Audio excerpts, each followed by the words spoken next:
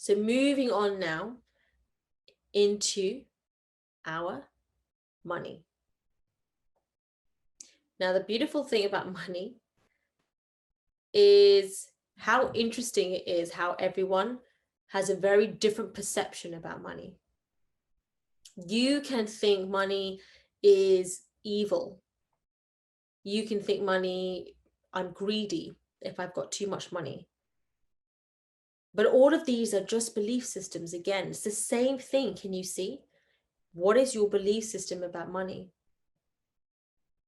Because it's interesting. You will see that someone's net worth is often very much a reflection of their self-worth. People sometimes may choose to earn less in their job, but most of the time it is actually because of their mindset. You know, the mindset of someone who's earning $1 million per month is very different to someone who's earning 1,000 per month. Now, the one earning $1 million in a month is not better than the one earning 1,000 a month. It's different ways of thinking. They've got a different belief system. They have a different awareness.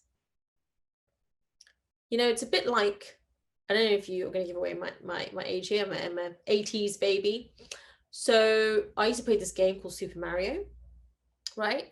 Loved playing video games when I was a kid, and you would always have these different levels, right? Like any video game, you'd have a different level. Yeah, level 1, 2, 3, 4. Now, when you're at level 1, you don't know about level 10. You might know certain levels exist, but you don't really know about the level. You don't really know what happens on that level. You might have some kind of gist, but you don't really know because you've never experienced it. And you can't experience it unless you actually go through each level or you've been through a significant number, right? And it's just the same thing with life. There's different levels of awareness. And that's where open-mindedness comes from.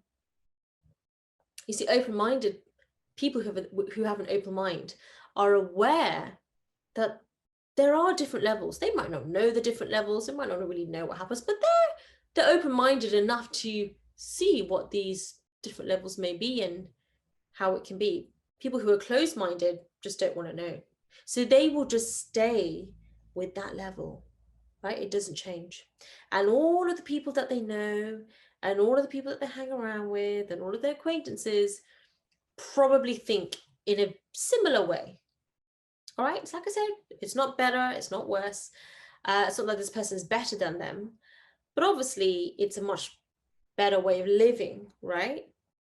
That's what knowledge is really all about. It's not just knowing what happened on the news today and facts and figures. People think that that is what knowledge and education is about, but it's not. Okay, it's about awareness. It's about awareness of yourself and awareness of the world, not trivia, but how the universal laws work. Things like law of vibration, law of attraction, law of gestation. It's a good one. How long it will take for your goal to manifest. Because most of the time we don't know. And that's one of the beautiful things. And also it can be one of the hardest things about manifestation is that you don't know how long your goal is going to take. You can estimate, right? And what I would strongly recommend is that you write your goal down on a card. And we're going to talk about that in just a second. Because what I want to do is to use the example of money to talk about goal setting. Now, most people will do goals that they think is something realistic, you know, something that we normally do for our appraisal. They'll do something realistic. Why? Because they're scared of failing, right? They're scared of failing as if the world's going to open up and swallow them up and something awful is going to happen. In reality, though, that's not going to happen, right? And that's when we have this fear, scarcity mindset of fear, doubt, and worry. And when you have that mindset, what that does is, remember I talked about the belief system, is you've got belief systems which are not serving you. Again, it's perception. Why is it that in a specific circumstance, You'll have some people who are very fearsome and worrisome and doubtful and scared, and others who, I'm not talking about being ignorant, I'm not saying that, so take that out of the equation, but you'll have people who have the knowledge, who have exactly the same knowledge of this circumstance, but they have absolute faith in themselves, in the world, in some sort of higher realm. They're probably spiritual. I'm not talking about religion, I'm talking about spirituality, right? Of there being something else. I'm talking about understanding of the universal laws. Why is that? Because that's the abundance mindset. That's what it means. It's knowing that there is enough for everyone, enough money, enough food, enough positive energy. There's just enough for everyone. Yes, certain strategies need to put into place. Yes, certain mindsets in society need to change, but ultimately there is enough. There is always a way. You know, that whole there's a will, where there's a will, there's a way. That mentality is very different. And that is part of what resilience is. That is part of self-love, that belief in yourself. That is what self-belief truly is. Now, coming back to money, all money really is energy. Money is just a tool for exchange. That's all it is. You know, we used to barter with animals and pigs and sheeps, you know, and gold bars and coins. And then it eventually evolved with the gold standard into actual money, and now bits of plastic, right, with our credit cards. And then now it's going through evolution again, which is what the world that we live in is evolution.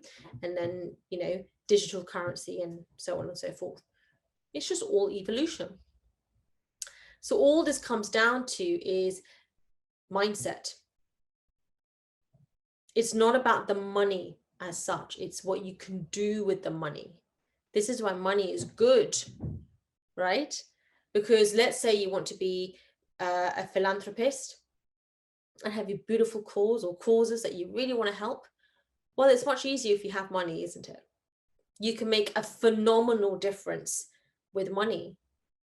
Building villages, transforming villages, building schools, giving them resources so that they're able to be self-sustainable, not living out on handouts. Now that is phenomenal. So that takes money, right? And that's what we want to be doing, is be living profitably, living with peace of mind, one of the highest vibrations, and with making peaceful philanthropic profits by doing our life purpose. You see, money is actually a game. Life is a game, and we have to know how to play it. And that's not meant in a way where we play people, not at all. It's just knowing that ultimately it's about belief, right? You see, with money, it's all about the science of getting rich, as Bob Proctor says. Did you know that 97% of the population are actually earning 3% of the world's money that's available? Because society has taught us over time that we must earn money through having a job, through having a contract of some sort. I'm not saying that this is wrong, but that is fine. But you should know that that's not how you create wealth. You see, a job is to do something for, like what I do as a doctor, you know, like I love being a doctor. I love serving people in that way. I'm so passionate about healing, right? And maybe in some countries there are some extremely you know, wealthy doctors, and that's not what this is about. But that's not why I became a doctor, right? I didn't become a doctor to create wealth through helping people, because it's not really the best way, right? I did it through, because that is my passion, that is my life purpose. My soul mission is really healing people and empowering them. And for me, based on my level of awareness, and you know, most of my family being doctors as well, to be honest, for me, that seemed to be the vehicle for that, to express that creativity in that way. And I love it, absolutely love it. I also love being a coach, and I heal in that way too, right? And I do that in a different way. And by doing that as your life purpose, right? That is so important, because that is the faith side of the mindset we talked about, the abundance mindset, knowing that there is enough. Because what you put out, this is another universal law, the law of cause and effect, also known as karma in some stages. But ultimately, this is about what you put out is what you get back, and usually threefold or tenfold, something quite significantly more. And why? This is law of attraction. It works both ways. Yeah. So if somebody is putting out very negative energy towards others, that does come back to them in some shape or form in one of the pillars of life, because it's just the way the universe works. It's pure science, as I said. It's pure science. It's a law. It's a universal law, just like the law of gravity. It has to happen. So in the same way, we can put out these beautiful high vibrating vibrations of love, of peace, of harmony towards all. And in the work that we do, and even when we're paying our bills, that the gratitude of what I'm so grateful to have this cash flow to pay for this, so grateful to be able to provide for the needs of myself and my family, right? Our needs and our wants. I'm so grateful to be serving in this way. All of these things, this gratitude is putting your whole vibration on a whole different level, right? So you may be paying a bill, but the attitude and the vibration at which you're at can be completely different. You can be very begrudging and complaining and sending out ill will to others, and very negative, low vibration. And what happens is that through the universal laws, you're basically attracting to yourself more people, situations, issues that match that vibration of negativity, other things to be fearful of, to be doubtful of, to be very worrisome about, to be very scared of. You get it, just law of attraction. You're on that level. It's literally like a radio station. You tune into a specific frequency, right? It's a certain level of, it's a certain hertz, right? HZ or FM or whatever the radio station is. Now you can't see the radio signals, isn't it? When you're putting your food in the microwave, you don't think it's just going to come out cold, right? No, you can't see the microwaves, but the food gets hot. You don't question that. The universal law is no different. It's all physics. It's all the same thing. It's just that we've grown up thinking purely about the educated mind, the conscious mind, which thinks more about IQ and knowledge on a very trivia basis, to be honest. So for example, a lot of my colleagues, when they were maybe failing exams in medical school, they would think, oh, it's about doing another course or another diploma or this or that. That's the conscious mind. It's not about that. It's about the subconscious mind. Is what is your belief system? If your belief system is, telling, I had one friend whose belief system basically was, I'm not good enough to be a doctor, or I'm not good enough to help people, or what can I offer, or or for somebody else, or I deserve to be in that relationship, even though it's very toxic, I deserve it, like, even though that's not what they wanted, they knew that wasn't healthy. When it really came down to it, what I'm saying, you examine your belief systems.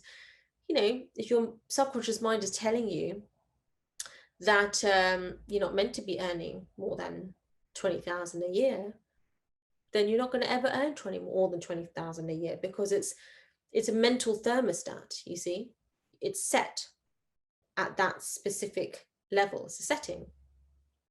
So you may, like a thermostat in a room, open all the windows, like working really, really hard all of the hours. You maybe turn the heating up and do all sorts of things, and temporarily things may change, but ultimately all ends up going back to what the settings are, like the factory settings.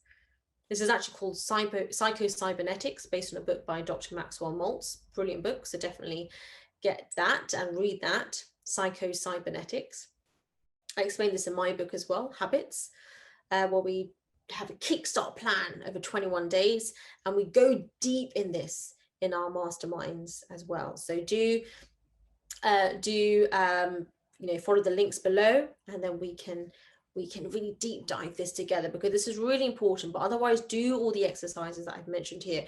Really hone in on and visualize the opposite of whatever you're experiencing now that you don't want. So if it's the health that you don't want, the income that you don't want, the relationship, whatever it is that right now is just not making you happy, it's not good for you, what is the opposite of that? Because where focus goes, energy flows.